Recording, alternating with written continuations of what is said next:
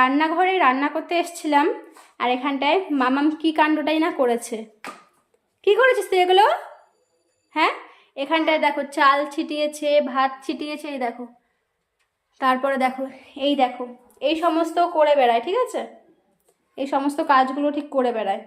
যেখানে যা আছে সমস্ত কিছু নিয়ে এসছে, রুটির বেলনি থেকে শুরু করে সমস্তটা নিয়ে এসছে। কিন্তু কিছু কিছু পাবলিক আছে বলে নাকি বাচ্চা রেখে কাজ করতে কিসের প্রবলেম, কোনো ব্যাপারই না, বাচ্চাকে বসিয়ে নাকি সমস্ত কিছু করা যায়। হ্যাঁ, করা যায়, ঠিক এমনটাই হয়। আর তারপরে না গোছাতে গোছাতে যে কী কষ্ট হয় সেটা একমাত্র মায়েরাই জানে। তবে এটাও শুনেছি লোকের মুখে যে বাচ্চা তো করবেই, আর কি এমন গোছাতেই হয় সংসারে, তাই না মাম্মা? তাই তো? হ্যাঁ, এমনটা শুনেছি যে কি এমন গোছগাছ সারাদিন হয় ঘরের মধ্যে, এই যে ঠিক এমনটাই হয়ে থাকে। বুঝেছো তোমরা? হ্যাঁ, আমার মামাম তো বুঝে গেছে।